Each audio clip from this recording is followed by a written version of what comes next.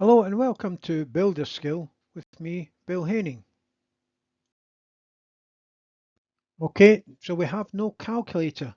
Now these are the types of questions you may face as you go through your exam.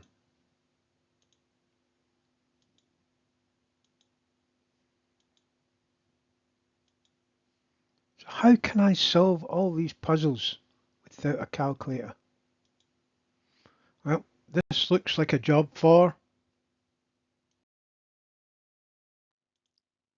super calculation, or just simply calculating in values of tens.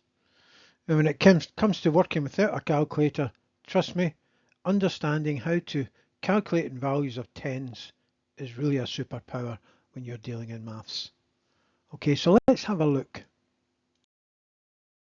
Well, let's look at multiplying in whole numbers. Now let's take 8 times 10. Well, you can see there's one zero in 10. So all you do is you take the 8 and you add the 0 to the end. So all you're doing is adding a 0 to it.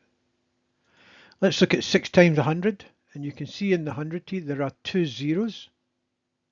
All you do is add the two zeros to the 6. So 6 times 100 is 600. Let's look at 1,000. So 17 times 1,000, and you can see there are three zeros in 1,000. So all you'd simply do is take the 17 and you add the three zeros, which will give you 17,000. So that's how you multiply with whole numbers. Now let's look at decimals. Okay, 10 times 3.4. Now you can see in this instance you can't just put the 0 to the end. It doesn't work that way. So what you have to do is you have to move the decimal point one place to the right when you're multiplying, because there's one 0. So all you do is you move the decimal point one place to the right, and you can see the answer then is 34. 100 times 0.2 means that you have to move that decimal point two places to the right because there's two zeros. Okay, and that 0.2 becomes 20. Then 1,000 times 49.1. Again, in this situation, there are three zeros. So you move the decimal point three places to the right. Okay, and you can see because you're creating an extra two spaces, you add zeros, just like we did with whole numbers. And you end up with 49,100. Now, but one thing you'll notice when you're dealing and multiplying in values of tens, the numbers don't change. All you're doing is you're either adding zeros or you're moving the decimal point depending on how many zeros there are. Okay, so you can see 1 0, one place, two zeros, two places, three zeros, three places. And that's how you multiply decimals. Okay now, so you try it, pause the video, have a go at some of these questions and see how you got on. So how did you do? Well, 5 times 10 is 50. 24 times 100 is 2400. 59 times 1,000 is 59,000. 2.45 times 10 is 24.5. 3.9 times 10 is 390. 4654 times 1,000 is 4,654,000. Now again, I can't reiterate enough, the numbers don't change. Alright, so if you've got a different number to what's given in the question, then you know you've got it wrong. Okay, now let's look at dividing whole numbers. Alright, let's take 8 divided by 10. All you're doing here, because there's one 0, you take the decimal point, which you don't normally see with whole numbers, okay, but it is there, and you move it one place to the left, and you can see that becomes 0.8. 65 divided by 100, you can see there are two zeros, so you move a decimal point two places, and 65 becomes 0.65.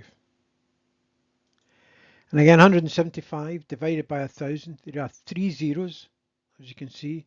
So all you do is you take the decimal point and you move it three places to the left.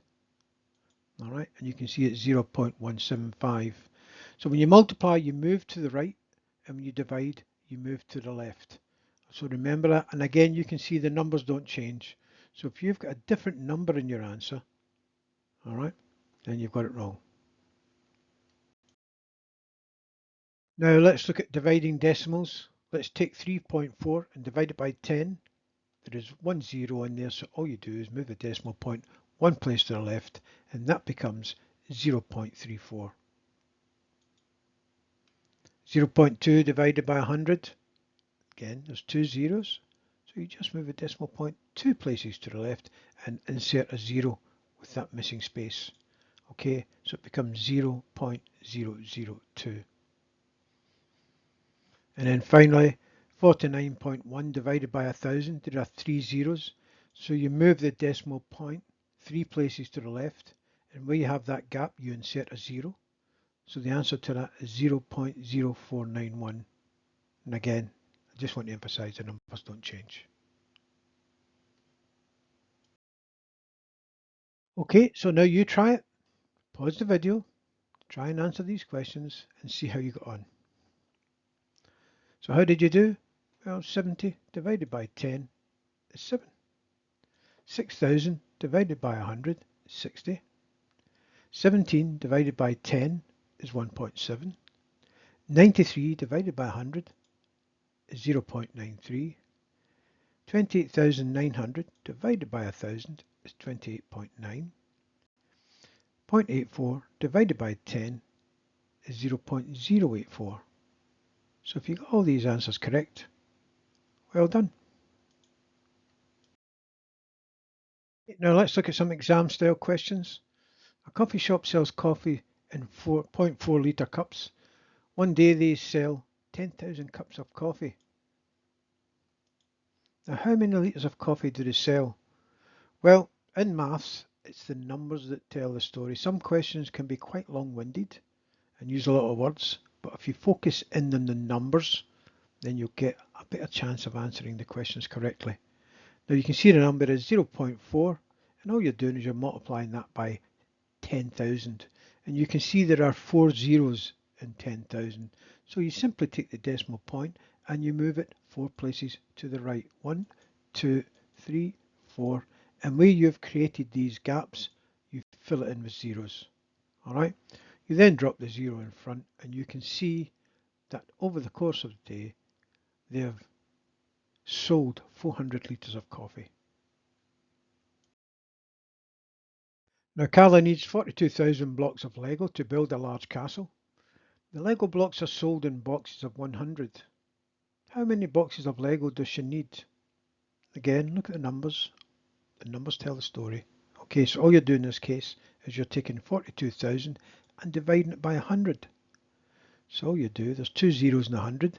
So all you do is move the decimal point 2 places to the left. No calculator needed.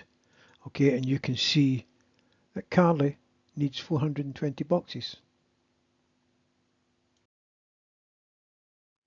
Now Alex has a part-time job. Alex receives £12.50 per hour and works 10 hours each week. Alex wants to pay a quarter of the total amount he receives each week into the savings account. Now how much should Alex pay into the savings account each week? Again, all you're doing is you're taking £12.50 and you're multiplying it by 10 hours. So £12.50 multiplied by 10. All you do is move the decimal point one place to the right, and you can see that Alex earns £125 for 10 hours work. Okay, and all you then do is divide that by 4 because you want to know what a quarter is. So 125 divided by 4 means that he needs to put £31 and £25 into his savings account every week. It's as simple as that. So again, let's look at some quick fire questions you may come across in your mocks or your actual exam. How many pennies are there in £2.48? Well, there's 100 pennies to a pound, so you just multiply by 100. So you can see there, take the decimal point, move it 2 places to the right, and you can see there are 248 pennies in £2.48. And again, I emphasise the numbers don't change. All you're doing is moving the decimal point depending on how many zeros there are. All right, convert 1,625 grams into kilograms. Now the word kilo in Latin means 1,000. So in this case, you're taking 1,625 and dividing it by 1,000. All right, there are 3 zeros in 1,000. So you move the decimal point 3 places to the left, and you can see the answer is 1.625 kilograms, which is the exact same as 1,625 grams. Convert 1050 pennies into pound, and again, it's 100 pennies in a pound. This time you're going from pennies to pounds, so you divide by 100. And now, because there's 2 zeros in 100, you just move the decimal point 2 places to the left, and you can see, converting pennies to pounds, you have £10.50.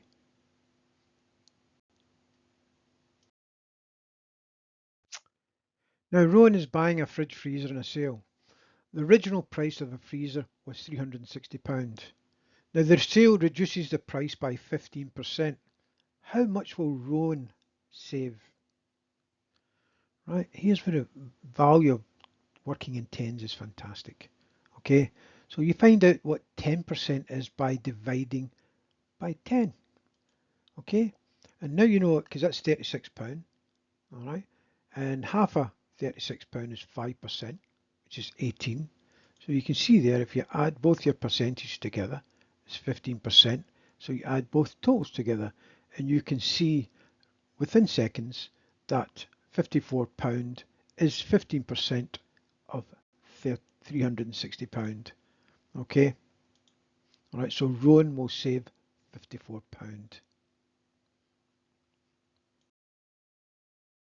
So from the examples that I've given you over the last few slides, I hope you can see that understanding how to calculate in values of tens really is a super skill when it comes to non-calculator papers. Okay, so it's worth investing some time in understanding how to do this. All right, so up, up and away. Thank you.